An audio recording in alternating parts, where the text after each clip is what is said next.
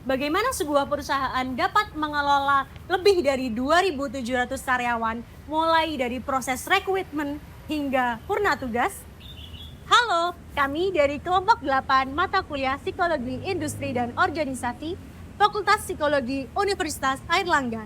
Pada video kali ini, kami akan menelusuri bagaimana praktik MSDM atau Manajemen Sumber Daya Manusia di PT Wilmar Nabati Indonesia dan membedahnya dengan teori psikologi industri dan organisasi. Kami akan memaparkan 8 fungsi MSDM dalam satu jalan cerita, dimulai dari bagaimana karyawan masuk, berkembang, dan purna tugas. Yuk kita simak videonya.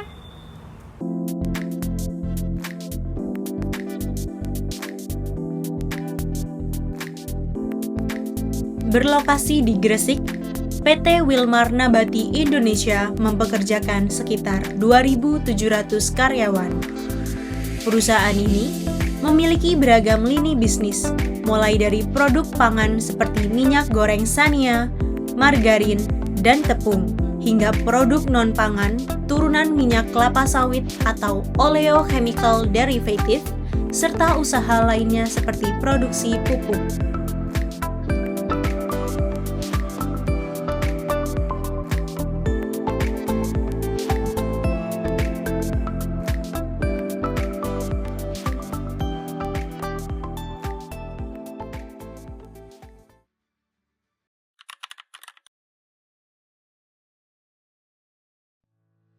Fase pertama dimulai ketika perusahaan membuka lowongan pekerjaan. Menurut narasumber kami, Mas Galuh Ramadan sebagai Human Resource di PT Wilmar Nabati Indonesia menyebutkan terdapat dua alasan utama. Yang pertama yaitu untuk mengembangkan organisasi dan yang kedua untuk mengganti karyawan yang sudah keluar. Dari mana kandidatnya? Perusahaan menerapkan strategi build versus buy, di mana build adalah membangun dari dalam melalui jalur prestasi atau suksesi, sedangkan buy adalah mencari dari pihak luar atau eksternal. Intinya, internal didahulukan, sedangkan eksternal digunakan ketika perusahaan merasa karyawan kurang. Untuk menjangkau pelamar, perusahaan melakukan promosi melalui kampus hiring, job portal atau website dari perusahaan dan vendor, dan juga untuk posisi strategis menggunakan headhunter.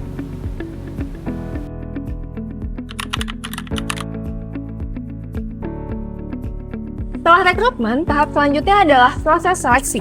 Ibarat corong yang menyaring kandidat secara bertahap. Tahap pertama yaitu seleksi administrasi. Dicek mulai dari pendidikannya, pengalamannya, dan juga sertifikasinya. Jika lolos, maka lanjut ke tahap psikotes. Nah, di Wilmar sendiri ada dua jenis psikotes. Untuk posisi operator, yang kerjanya cenderung sederhana dan juga berulang, tesnya difokuskan pada kemampuan untuk memahami instruksi. Sementara untuk staf dan juga atasan, psikotesnya cenderung lebih komprehensif. Psikotesnya mulai dari tes kecerdasan, tes kepribadian, dan juga tes kecakapan kerja. Barulah selanjutnya ke proses wawancara, yang dilakukan minimal dengan dua pihak, termasuk juga dengan user atau atasan langsungnya. Khusus level manajerial, ada tambahan wawancara dengan direksi dan juga pengecekan latar belakang. Lalu diakhiri dengan tes kesehatan, surat penawaran, dan juga penandatanganan kontrak. Pertanyaannya, kenapa prosesnya bertahap seperti itu? Nah, disinilah dua konsep utama teori seleksi berperan, yaitu reliabilitas dan juga validitas. Reliabilitas itu soal konsistensi hasil tes, sedangkan validitas itu soal seberapa jauh alat tes dapat mengukur dan juga memprediksi kinerja karyawan tersebut. Teori menyebutkan bahwa semakin banyak metode valid yang digunakan, maka makin akurat prediksi terhadap calon karyawan tersebut.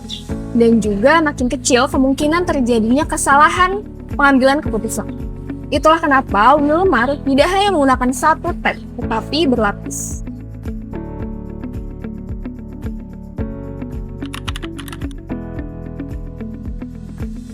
Kandidat yang lolos seleksi kemudian akan ditempatkan sesuai dengan posisinya.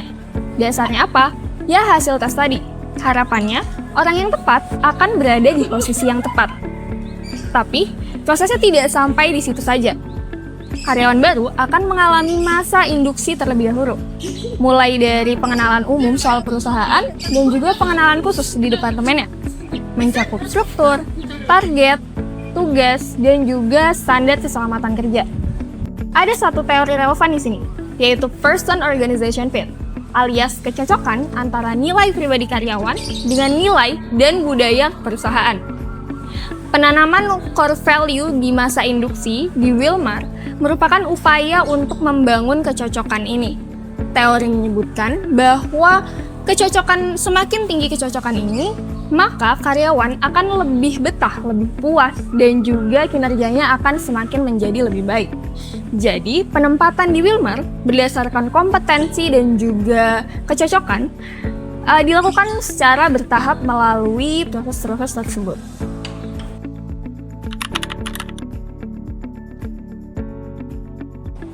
Setelah karyawan resmi bekerja, perusahaan kemudian akan melakukan penilaian terhadap kinerja karyawan tersebut. Di Wilmar, penilaian kinerja resmi dilakukan setahun sekali pada akhir tahun. Dasarnya adalah KPI sebagai indikator kinerja utama. Plus ada 3 tambahan aspek, yaitu hasil kerja, proses kerja, dan juga sikap kerja. Yang menilai nantinya tidak hanya satu orang, tetapi atasan langsung dan juga atasan tidak langsung agar hasilnya lebih objektif. Nantinya hasilnya akan digunakan untuk berbagai macam, mulai dari pemetaan talenta, kenaikan gaji, bonus, dan juga kesempatan pengembangan karir. Tapi penilaian kinerja ini rentan akan terjadinya bias. Yang pertama yaitu halo effect, di mana satu kelebihan yang menonjol akan mempengaruhi penilaian pada aspek yang lain. Lalu bias leniency, di mana penilai akan cenderung memberikan nilai yang tinggi kepada semua orang. Dan juga yang terakhir yaitu bias central tendency, di mana penilai akan cenderung memberikan nilai tengah untuk menghindari penilaian yang ekstrim. Dan menariknya, narasumber kami juga menyebutkan bahwa bias ini rentan terjadi di perusahaan yang belum menggunakan KPI yang jelas. Jadi masuk akal bahwa jika tidak ada penilaian yang objektif, maka penilaiannya akan cenderung lebih subjektif.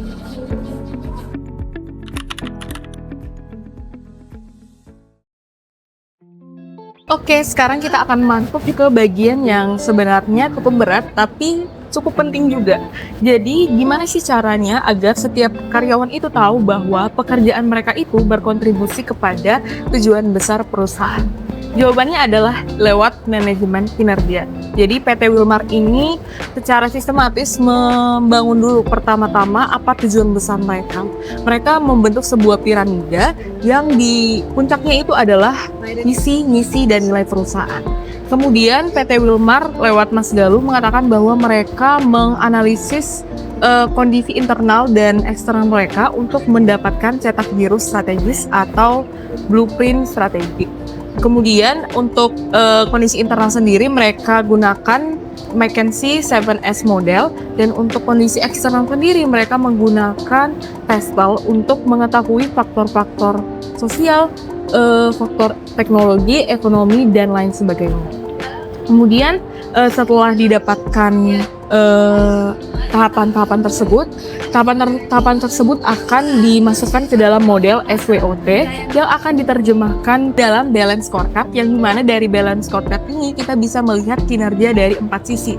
Yang pertama pembelajaran, faktor internal, keuangan, dan pelangdas.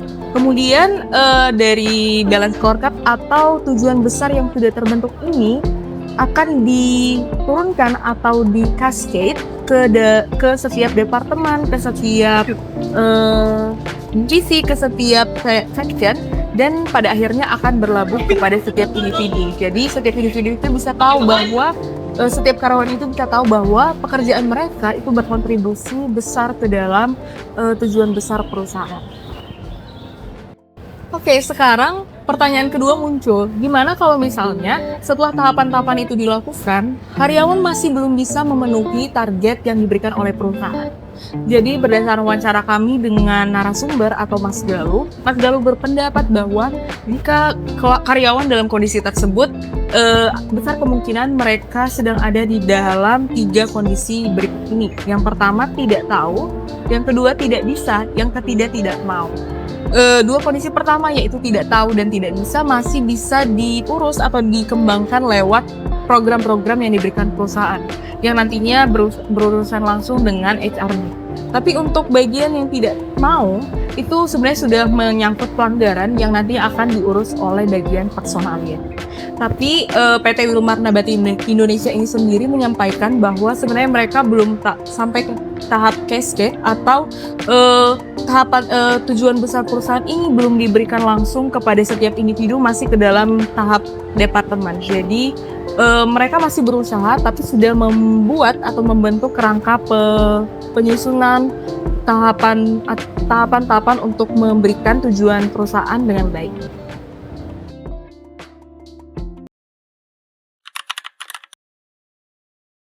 Oke, sekarang kita akan lanjut ke bagian pelatihan dan pengembangan.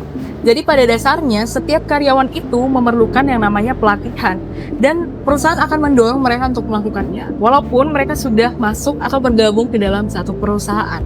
Yang menarik adalah dalam kasus PT Wilmar ini mereka tidak melakukan pelatihan ketika sedang terjerat sebuah masalah, tapi sudah merancangnya dengan sistematis menggunakan kerangka EDI.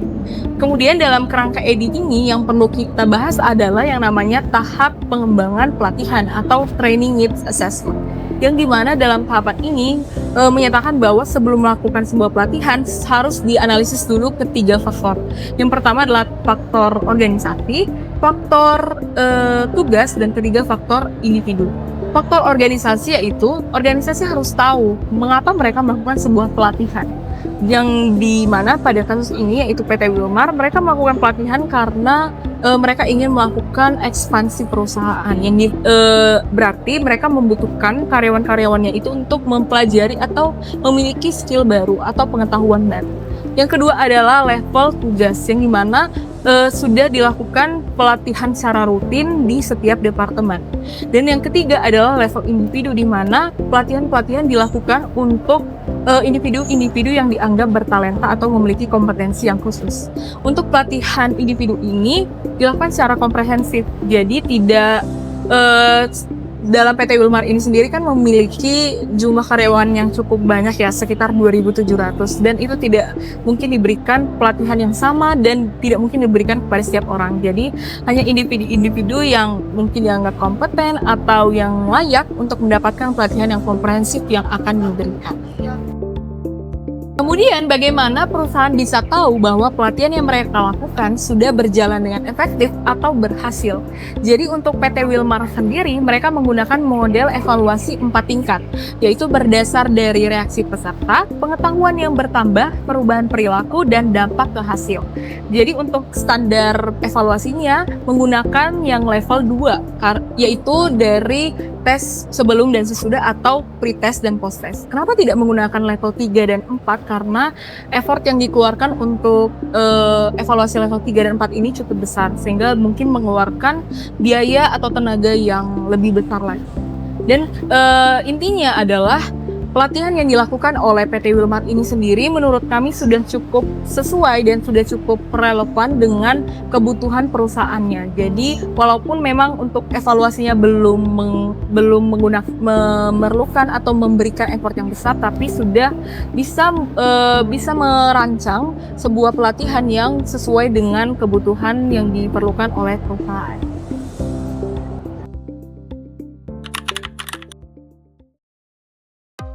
Manajemen karir di PT Wilmar Nabati Indonesia masih dalam tahap pengembangan.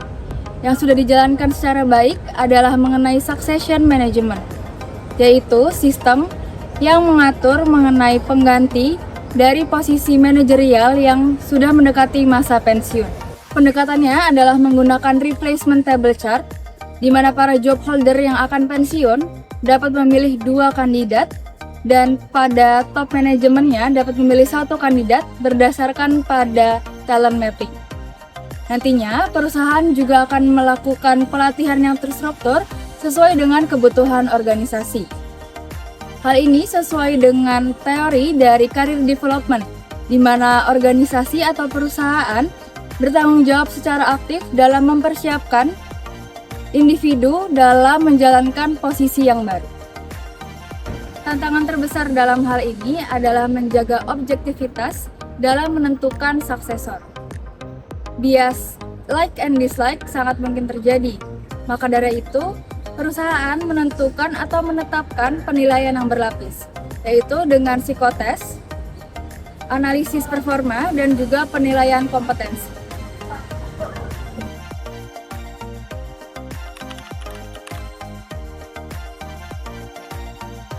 Perjalanan karir dari karyawan PT Wilmar akhirnya mencapai pada tahap terakhir, yaitu tahap pensiun. Usia pensiun yang ditetapkan adalah 57 tahun berdasarkan pada Undang-Undang Ketenagakerjaan. Persiapannya dilakukan setahun sebelumnya, di mana karyawan terkait, atasan, dan juga HR masing-masing mendapatkan notifikasi yang nantinya mengarah pada masa persiapan pensiun atau MPP. Pada periode ini, perusahaan akan mendampingi karyawannya dalam mempersiapkan urusan administratif seperti pesangon, kemudian juga jaminan hari tua, dan juga cara mencairkan dana pada BPJS. Namun, dalam hal ini, narasumber kami mengakui bahwa mereka belum menerapkan pendampingan psikologis yang berjalan secara optimal. Hal ini menjadi penting karena berdasarkan teori retirement adjustment, terdapat 3 dimensi dalam masa peralihan, yaitu fisik, finansial, dan juga psikologis. Apabila salah satu dari ketiganya tidak dipersiapkan secara matang, individu rentan mengalami yang dinamakan dengan post-power syndrome, yaitu perasaan tidak berguna setelah meninggalkan atau kehilangan pekerjaan dan juga rutinitas.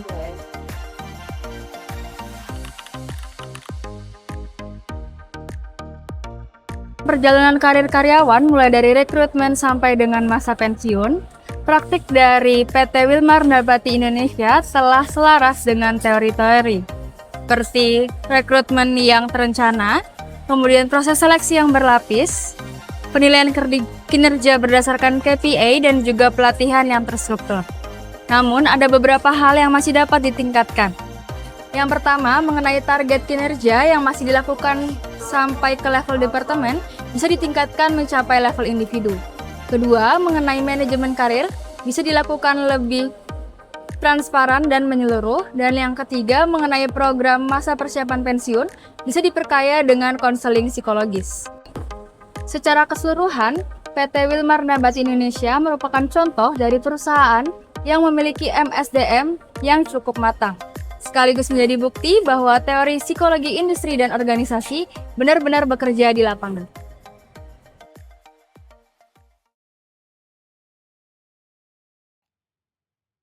Itu tadi penjelasan mengenai praktik MSDM di PT Wilmar Nabati Nusantara. Kami ucapkan terima kasih banyak kepada Mas Galuh Ramadan sebagai Human Resource di perusahaan ini, dan juga dosen pengampu mata kuliah Psikologi Industri dan Organisasi. Sampai jumpa di video berikutnya.